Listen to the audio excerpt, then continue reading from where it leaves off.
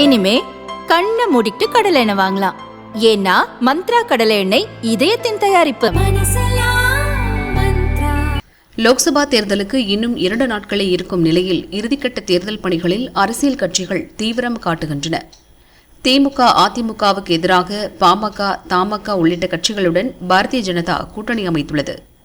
கூட்டணி கட்சி வேட்பாளர்கள் 4 பேர் உட்பட பாரதிய ஜனதாவின் தாமரை சின்னம் 23 தொகுதிகளில் களத்தில் உள்ளது. தேர்தல் கருத்து கணிப்புகள் திமுகவுக்கு சாதகமாக வருவதால் வெற்றி வாய்ப்புள்ள தொகுதிகளில் அதிக முக்கியத்துவம் கொடுத்து பணியாற்ற பாரதிய ஜனதா முடிவு செய்துள்ளதாக அக்கட்சியினர் கூறுகின்றனர்.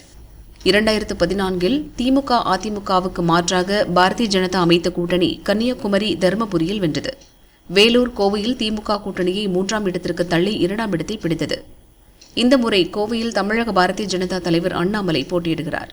கன்னியாகுமரியில் அதிமுகவும் நாம் தமிழர் கட்சியும் பாரதிய ஜனதாவுக்கு எதிரான ஓட்டுகளை பிரிப்பார்கள் என்ற நம்பிக்கையில் அங்கு போட்டியிடும் பாரதிய ஜனதா வேட்பாளர் பொன் ராதாகிருஷ்ணன் இருக்கிறார்.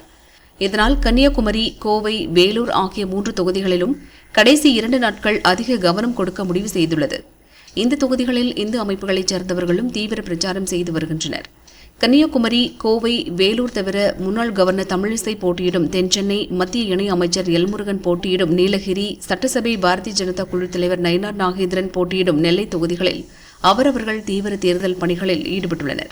தருமபுரியில் பாமக தலைவர் அன்புமணியின் மனைவி சௌமியா போட்டியிடுவதால் பாமகவினரும் வன்னியர் சங்கத்தினரும் கடந்த 25 நாட்களாக தருமபுரியில் முகாமிட்டு தேர்தல் பணியாற்றி வருகின்றனர்.